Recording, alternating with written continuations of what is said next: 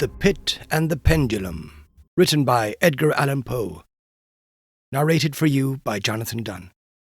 Original publication year, 1842. This work is in the public domain. Production and narration copyright, 2025. Jonathan Dunne. I was sick unto death with that long agony. And when they at length unbound me, and I was permitted to sit, I felt that my senses were leaving me. The sentence, the dread sentence of death, was the last of distinct accentuation which reached my ears. After that, the sound of the inquisitorial voices seemed merged in one dreamy, indeterminate hum. It conveyed to my soul the idea of revolution, perhaps from its association in fancy with the burr of a mill wheel. This only for a brief period, for presently I heard no more. Yet for a while I saw, but with how terrible an exaggeration. I saw the lips of the black-robed judges. They appeared to me whiter than the sheet upon which I traced these words, and thin even to grotesqueness, thin with the intensity of their expression of firmness, of immovable resolution, of stern contempt, of human torture. I saw that the decrees of what to me was fate were still issuing from those lips. I saw them writhe with a deadly locution. I saw them fashion the syllables of my name, and I shuddered because no sound succeeded. I saw, too, for a few moments of delirious horror, the soft and nearly imperceptible waving of the sable draperies which enwrapped the walls of the apartment. And then my vision fell upon the 7 tall candles upon the table. At first they wore the aspect of charity, and seemed white slender angels who would save me. But then all at once there came a most deadly nausea over my spirit, and I felt every fibre in my frame thrill as if I had touched the wire of a galvanic battery, while the angel forms became meaningless spectres, with heads of flame, and I saw that from them there would be no help. And then there stole into my fancy, like a rich musical note, the thought of what sweet rest there must be in the grave. The thought came gently and stealthily, and it seemed long before it attained full appreciation, but just as my spirit came at length properly to feel and entertain it, the figures of the judges vanished, as if magically, from before me. The tall candles sank into nothingness. Their flames went out utterly. The blackness of darkness supervened. All sensations appeared swallowed up in a mad rushing descent, as of the soul into Hades. Then silence, and stillness, and night were the universe. I had swooned, but still will not say that all of consciousness was lost. What of it there remained I will not attempt to define, or even to describe, yet all was not lost. In the deepest slumber, no. In delirium, no. In a swoon, no. In death, no. Even in the grave, all is not lost. Else there is no immortality for man. Arousing from the most profound of slumbers, we broke the gossamer web of some dream.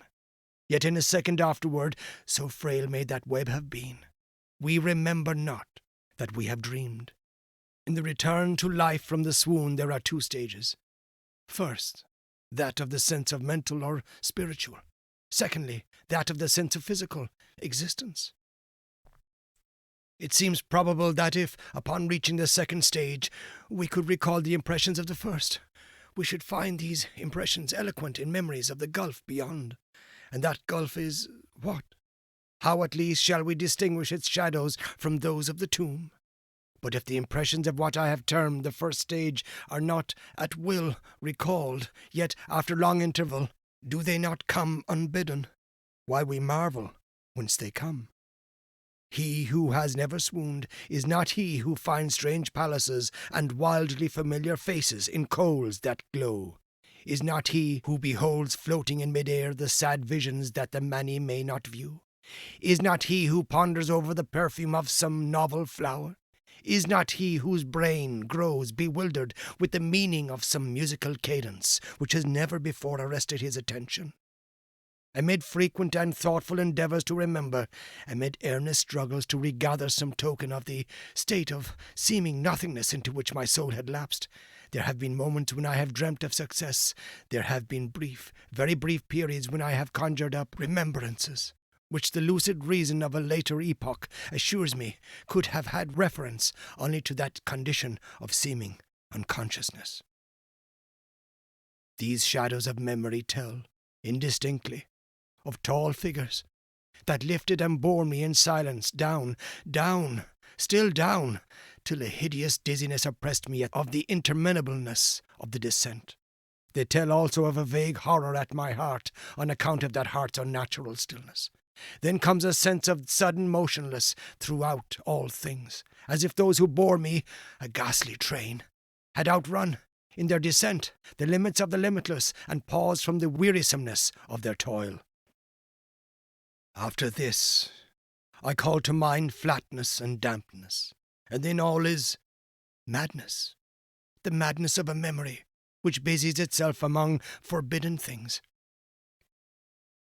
Very suddenly there came back to my soul motion and sound, the tumultuous motion of the heart, and in my ears the sound of its beating. Then a pause in which all is blank, then again sound and motion and touch, a tingling sensation pervading my frame. Then the mere consciousness of existence, without thought, a condition which lasted long. Then, very suddenly, thought, and shuddering terror, and earnest endeavour to comprehend my true state. Then a strong desire to lapse into insensibility. Then a rushing revival of soul, and a successful effort to move, and now a full memory of the trial, of the judges, of the sable draperies, of the sentence, of the sickness, of the swoon.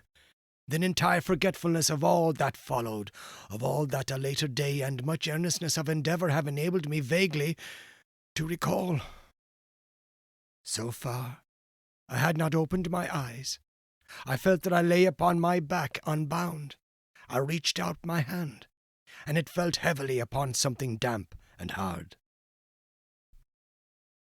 There I suffered it to remain for many minutes, while I strove to imagine where and what I could be. I longed, yet dared not to employ my vision. I dreaded the first glance at objects around me. It was not that I feared to look upon things horrible, but that I grew aghast, lest there should be nothing to see. At length, with a wild desperation at heart, I quickly unclosed my eyes. My worst thoughts, then, were confirmed. The blackness of eternal night encompassed me. I struggled for breath. The intensity of the darkness seemed to oppress and stifle me. The atmosphere was intolerably close. I still lay quietly and made effort to exercise my reason. I brought to mind the inquisitorial proceedings and attempted, from that point, to deduce my real condition. The sentence had passed, and it appeared to me that a very long interval of time had since elapsed. Yet not for a moment did I suppose myself actually dead. Such a supposition, notwithstanding what we read in fiction, is altogether inconsistent with real existence. But where and in what state was I? The condemned to death, I knew, perished usually at the auto da fe, and one of these had been held on the very night of the day of my trial. Had I been remanded to my dungeon to await the next sacrifice, which would not take place for many months? This I at once saw could not be. Victims had been in immediate demand. Moreover, my dungeon, as well as all the condemned cells at Toledo, had stone floors, and light was not altogether excluded. A fearful idea now suddenly drove the blood in torrents upon my heart, and for a brief period I once more relapsed into insensibility. Upon recovering, I at once started to my feet, trembling convulsively in every fibre. I thrust my arms wildly above and around me in all directions. I felt nothing, yet dreaded to move a step, lest I should be impeded by the walls of a tomb. Perspiration burst from every pore, and stood in cold big beads upon my forehead. The agony of suspense grew at length intolerable, and I cautiously moved forward with my arms extended and my eyes straining from their sockets in the hope of catching some faint ray of light. I proceeded for many paces, but still all was blackness and vacancy. I breathed more freely. It seemed evident that mine was not, at least, the most hideous of fates. And now, as I still continued to step cautiously onward, there came thronging upon my recollection 1,000 vague rumours of the horrors of Toledo. Of the dungeons there had been strange things narrated. Fables, I had always deemed them, but yet strange and too ghastly to repeat, save in a whisper. Was I left to perish of starvation in this subterranean world of darkness, or what fate, perhaps even more fearful, awaited me? That the result would be death, and a death of more than customary bitterness, I knew too well the character of my judges to doubt. The mood and the hour were all that occupied or distracted me. My outstretched hands at length encountered some solid obstruction. It was a wall, seemingly of stone masonry, very smooth, slimy, and cold. I followed it up, stepping with all the careful distrust with which certain antique narratives had inspired me. This process, however, afforded me no means of ascertaining the dimensions of my dungeon, as I might make its circuit, and return to the point whence I set out without being aware of the fact. So perfectly uniform seemed the wall. I therefore sought the knife which had been in my pocket which led into the inquisitorial chamber. But it was gone. My clothes had been exchanged for a wrapper of coarse serge. I had thought of forcing the blade in some minute crevice of the masonry so as to identify my point of departure. The difficulty, nevertheless, was but trivial, although in the disorder of my fancy it seemed at first insuperable. I tore a part of the hem from the robe and placed a fragment at full length, and at right angles to the wall. In groping my way around the prison, I could not fail to encounter this rag upon completing the circuit. So at least, I thought. But I had not counted upon the extent of the dungeon, or upon my own weakness. The ground was moist and slippery. I staggered onward for some time, when I stumbled and fell. My excessive fatigue induced me to remain prostrate, and sleep soon overtook me as I lay. Upon awaking, and stretching forth an arm, I found beside me a loaf and a pitcher with water. I was too much exhausted to reflect upon this circumstance, but ate and drank with avidity. Shortly afterward I resumed my tour around the prison, and with much toil came at last upon the fragment of the serge. Up to the period when I fell I had counted 52 paces, and upon resuming my walk I had counted 48 more. When I arrived at the rag, there were in all then 100 paces, and admitting 2 paces to the yard I presumed the dungeon to be 50 yards in circuit. I had met, however, with many angles in the wall, and thus I could not form no guess at the shape of the vault, for vault I could not help supposing it to be. I had little object, certainly no hope, in these researches, but a vague curiosity prompted me to continue them. Quitting the wall, I resolved to cross the area of the enclosure. At first, I proceeded with extreme caution, for the floor, although seemingly of solid material, was treacherous with slime. At length, however, I took courage and did not hesitate to step firmly, endeavouring to cross in as direct a line as possible. I had advanced some 10 or 12 paces in this manner when the remnant of the torn hem of my robe became entangled between my legs. I stepped on it and fell violently on my face.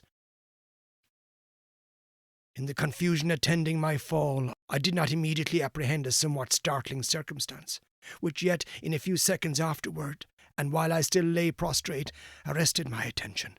It was this. My chin rested upon the floor of the prison, but my lips and the upper portion of my head, although seemingly at a less elevation than the chin, touched nothing. At the same time, my forehead seemed bathed in a clammy vapour, and the peculiar smell of decayed fungus arose to my nostrils.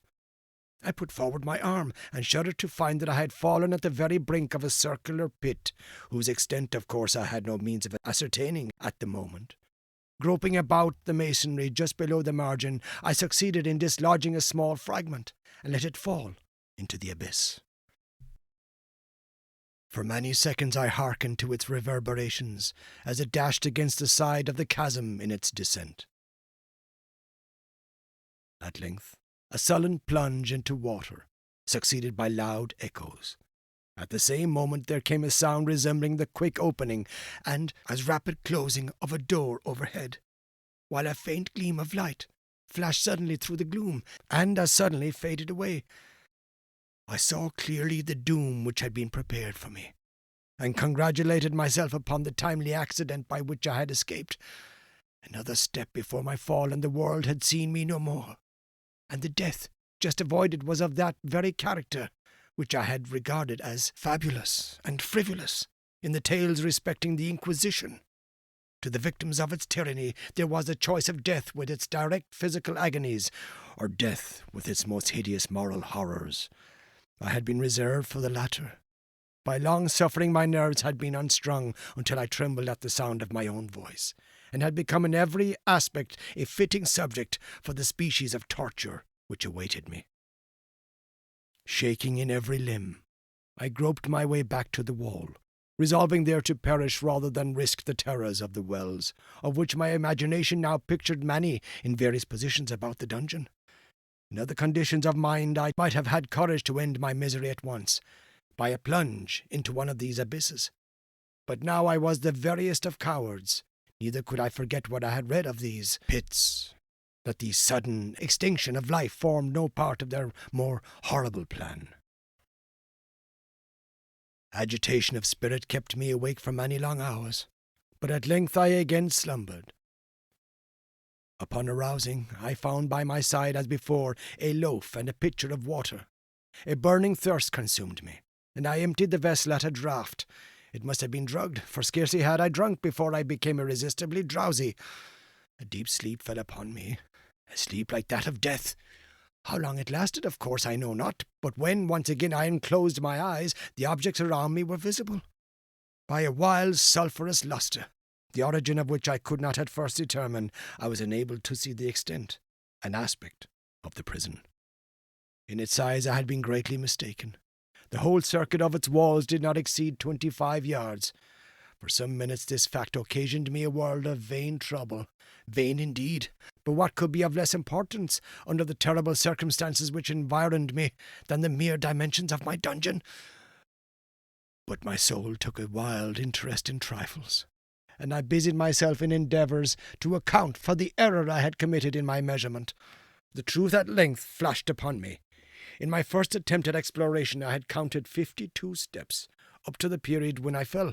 I must then have been within a pace or two of the fragment of serge. In fact, I had nearly performed the circuit of the vault. I then slept, and upon awaking I must have returned upon my steps, thus supposing the circuit nearly double what it actually was. My confusion of mind prevented me from observing that I began my tour with the wall to the left, and ended it with the wall to the right. I had been deceived, too, in respect of the shape of the enclosure. In feeling my way I had found many angles, and thus deduced an idea of great irregularity. So potent is the effect of total darkness upon one arousing from lethargy or sleep. The angles were simply those of a few slight depressions or niches at odd intervals. The general shape of the prison was square. What I had taken for masonry seemed now to be iron, or some other metal, in huge plates, whose sutures or joints occasioned the depression. The entire surface of this metallic enclosure was rudely daubed in all the hideous and repulsive devices to which the charnel superstition of the monks has given rise. The figures of fiends, in aspects of menace, with skeleton forms and other more really fearful images, overspread and disfigured the walls. I observed that the outlines of these monstrosities were sufficiently distinct, but that the colours seemed faded and blurred as if from the effects of a damp atmosphere. I now noticed the floor, too, which was of stone.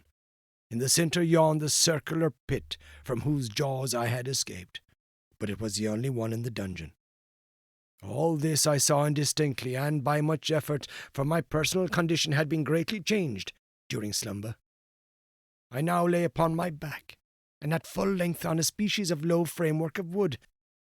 To this I was securely bound by a long strap resembling a surcingle. It passed in many convolutions about my limbs and body, leaving at liberty only my head and my left arm, to such an extent that I could, by dint of much exertion, supply myself with food from an earthen dish which lay by my side on the floor. I saw, to my horror, that the pitcher had been removed. I say to my horror, for I was consumed with intolerable thirst. This thirst it appeared to be the design of my persecutors to stimulate, for the food in the dish was meat pungently seasoned. Looking upward, I surveyed the ceiling of my prison. It was some 30 or 40 feet overhead, and constructed much as the side walls. In one of its panels a very singular figure riveted my whole attention. It was the painted figure of Time, as he is commonly represented, save that, in lieu of a scythe, he held what, at a casual glance, I supposed to be the pictured image of a huge pendulum, such as we see on antique clocks. There was something, however, in the appearance of this machine which caused me to regard it more attentively. While I gazed directly upward at it, for its position was immediately over my own, I fancied that I saw it in motion. In an instant afterward the fancy was confirmed. Its sweep was brief, and of course slow. I watched it for some minutes, somewhat in fear, but more in wonder. Wearied at length with observing its dull movement, I turned my eyes upon the other objects in the cell. A slight noise attracted my notice, and, looking to the floor, I saw several enormous rats traversing it. They had issued from the well, which lay just within view to my right. Even then, while I gazed, they came up in troops, hurriedly, with ravenous eyes, allured to the scent of the meat. From this it required much effort and attention to scare them away. It might have been half an hour, perhaps even an hour, for I could take but imperfect note of time, before I again cast my eyes upward. What I then saw confounded and amazed me. The sweep of the pendulum had increased in extent by nearly a yard. As a natural consequence, its velocity was also much greater. But what mainly disturbed me was the idea that it had perceptibly descended. I now observed with what horror it is needless to say that its nether extremity was formed of a crescent of glittering steel, about a foot in length, from horn to horn, the horns upward, and the under edge evidently as keen as that of a razor. Like a razor also, it seemed massy and heavy, tapering from the edge into a solid and broad structure above. It was appended to a weighty rod of brass, and the whole hissed as it swung through the air. I could no longer doubt the doom prepared for me by monkish ingenuity in torture. My cognizance of the pit had become known to the inquisitorial agents. The pit, whose horrors had been destined for so bold a recusant as myself. The pit, typical of hell and regarded by rumour as the ultima thule of all their punishments. The plunge into this pit I had avoided by the merest of accidents, and I knew that surprise or entrapment into torment formed an important portion of all the grotesquerie of these dungeon deaths. Having failed to fall, it was no part of the demon plan to hurl me into the abyss, and thus, there being no alternative, a different and a milder destruction awaited me. Milder? I have smiled in my agony as I thought of such application of such a term. What boots it to tell the long, long hours of horror more than mortal, during which I counted the rushing oscillations of the steel, inch by inch, line by line, with a descent only appreciable at intervals that seemed ages, down, and still down it came. Days passed. It might have been that many days passed ere it swept so closely over me as to fan me with its acrid breath. The odour of the sharp steel forced itself into my nostrils. I prayed. I wearied heaven with my prayer for its more speedy descent. I grew frantically mad, and struggled to force myself upward against the sweep of the fearful scimitar. And then I fell suddenly calm, and lay smiling at the glittering death, as a child at some rare bauble. There was another interval of utter insensibility. It was brief, for upon again lapsing into life there had been no perceptible descent in the pendulum. But it might have been long, for I knew there were demons who took note of my swoon, and who could have arrested the vibration at pleasure. Upon my recovery, too, I felt very, inexpressibly sick and weak, as if through long inanition. Even amid the agonies of that period, the human nature craved food. With painful effort, I outstretched my left arm as far as my bonds permitted, and took possession of the small remnant which had been spared me by the rats. As I put a portion of it within my lips, there rushed to my mind a half-formed thought of joy, of hope. Yet what business had I with hope? It was, as I say, a half-formed thought. Man has many such, which are never completed. I felt that it was of joy, of hope, but I felt also that it had perished in its formation. In vain I struggled to regain it. Long suffering had nearly annihilated all my ordinary powers of mind. I was an imbecile, an idiot. The vibration of the pendulum was at right angles to my length. I saw that the crescent was designed to cross the region of the heart. It would fray the serge of my robe. It would return and repeat its operations again and again. Notwithstanding its terrifically wide sweep, some 30 feet or more, and the hissing vigour of its descent, sufficient to sunder these very walls of iron, still the fraying of my robe would be all that, for several minutes, it would accomplish. And at this thought I paused. I dared not go further than this reflection. I dwelt upon it with a pertinacity of attention, as if, in so dwelling, I could arrest here the descent of the steel. I forced myself to ponder upon the sound of the crescent as it should pass across the garment, upon the peculiar thrilling sensation which the friction of cloth produces on the nerves. I pondered upon all this frivolity until my teeth were on edge.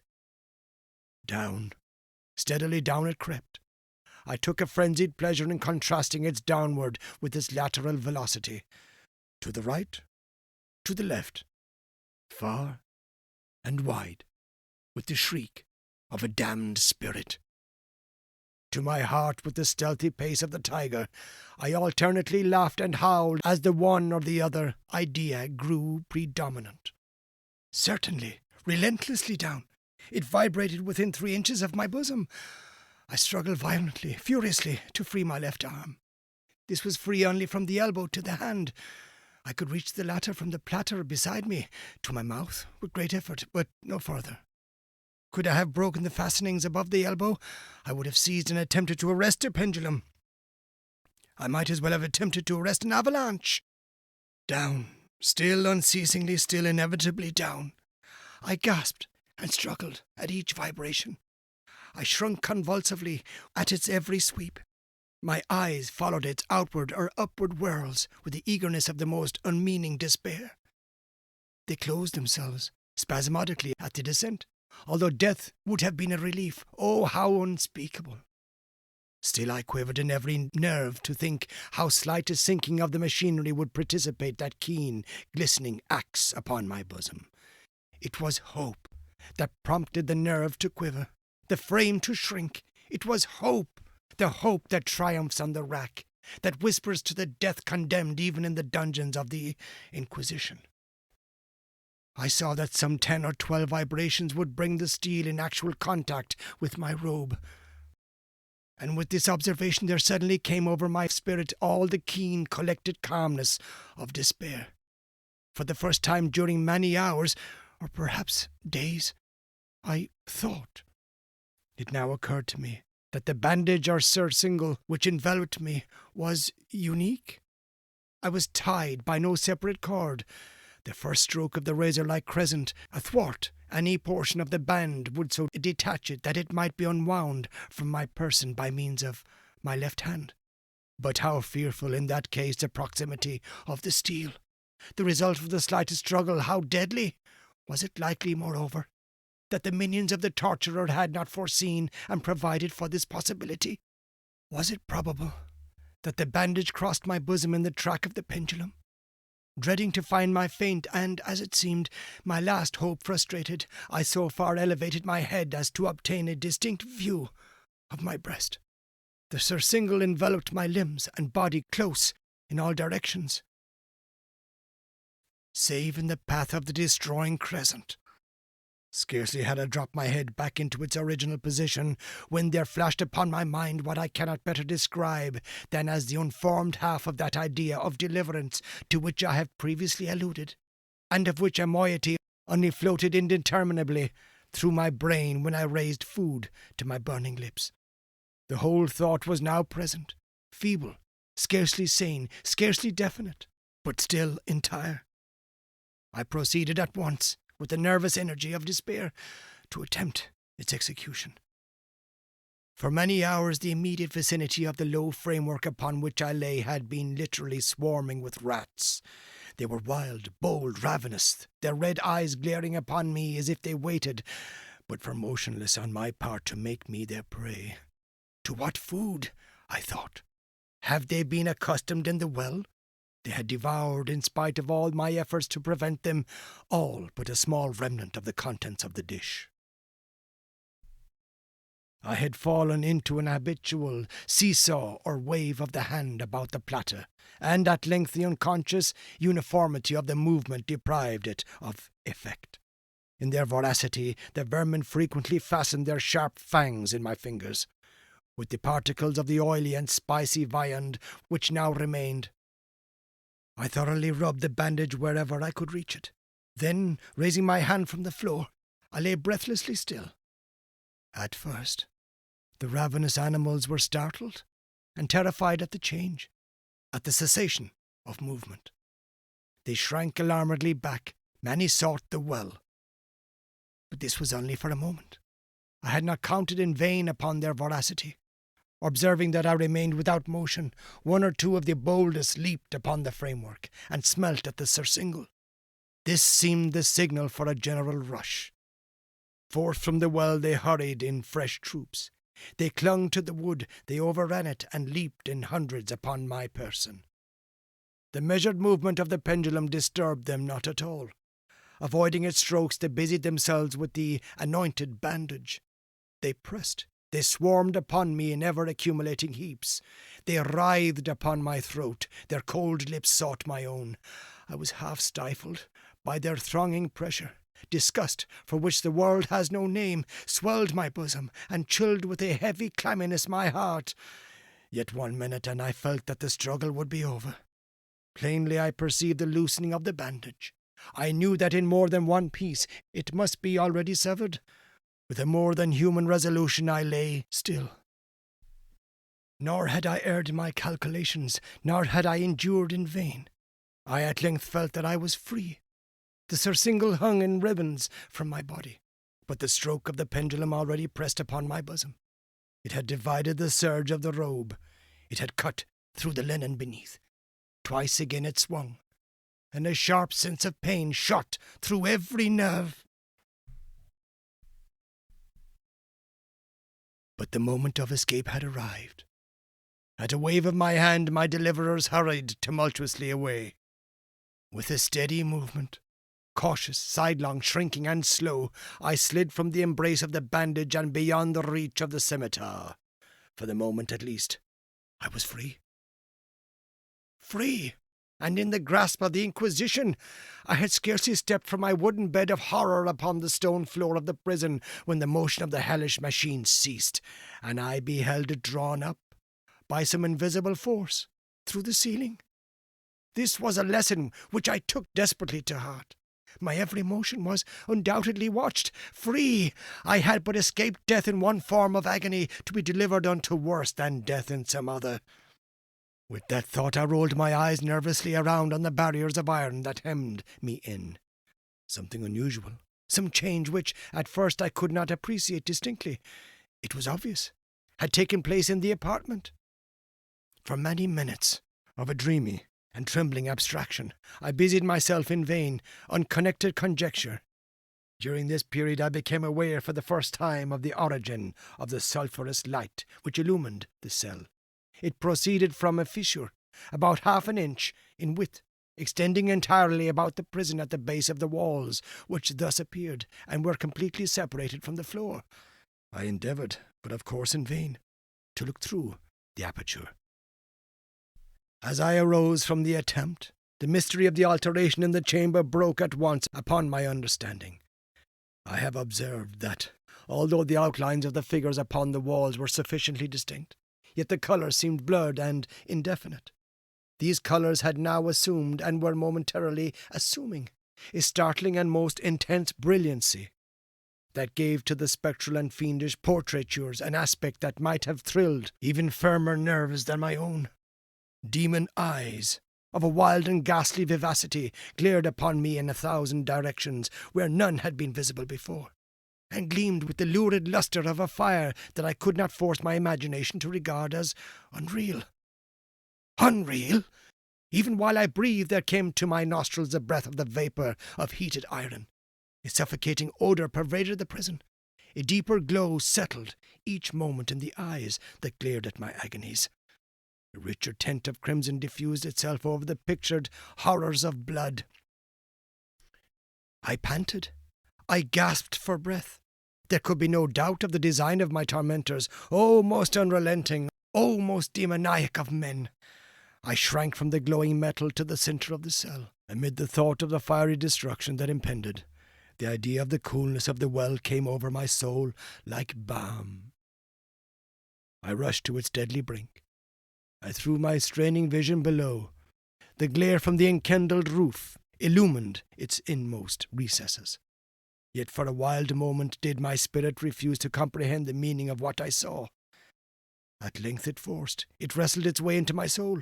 It burnt itself in open my shuddering reason. Oh, for a voice to speak! Oh, horror! Oh, any horror but this! With a shriek I rushed from the margin and buried my face in my hands, weeping bitterly.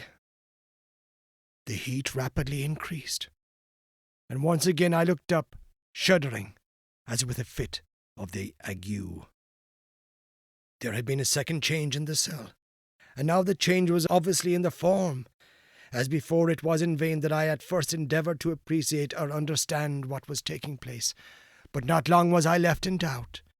The inquisitorial vengeance had been hurried by my twofold escape, and there was to be no more dallying with the king of terrors. The room had been square. I saw that two of its iron angles were now acute, two, consequently, obtuse. The fearful difference quickly increased with a low rumbling or moaning sound. In an instant the apartment had shifted its form into that of a lozenge. But the alteration stopped not here. I neither hoped nor desired it to stop.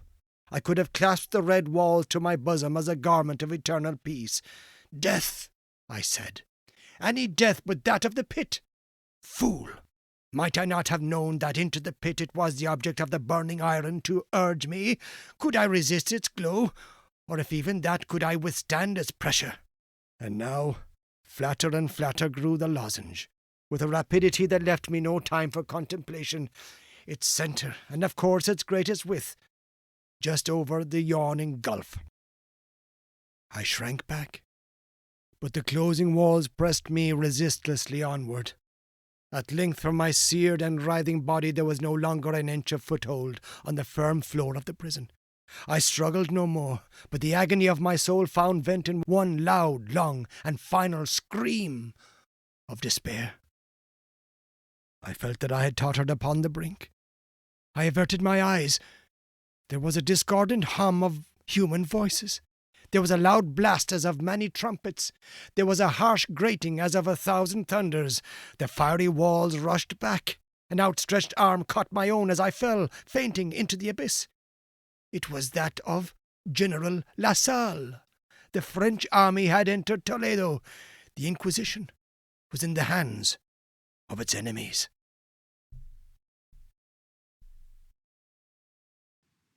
The end.